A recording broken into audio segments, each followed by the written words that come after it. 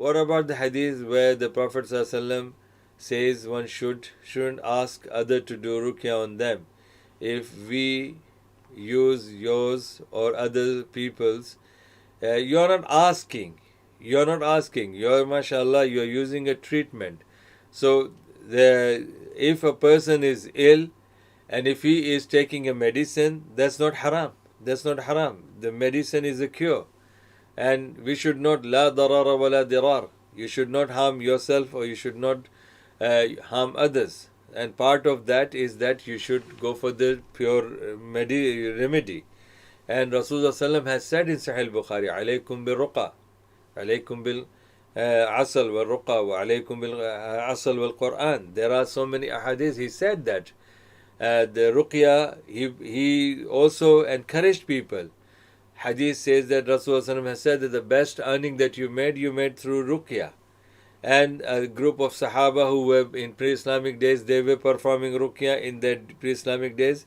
And they said, Ya Rasulullah, kunna narqi fil jahiliyyah. We were performing ruqya in the jahiliyyah. Hadith in Sahih Muslim. That we were performing the ruqya in the jahiliyyah.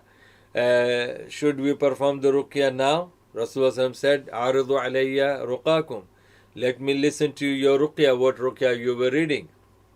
And then they read the ruqya to Rasulullah. And when they read ruqya to him, he said to them, there's no harm in reading this because it has got no shirk in it. So very clear, Prophet ﷺ encouraged the Sahaba.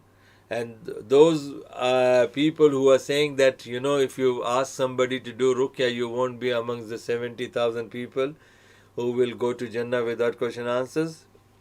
Still it won't stop you if Allah wants, because that is one of those who are not asking for the ruqya. So if you're not asking for the ruqya, but if you're listening to the ruqya from the audio, anybody's audio, you're not asking any raqi to do on you. You're just listening. This is as same as listening to the Quran.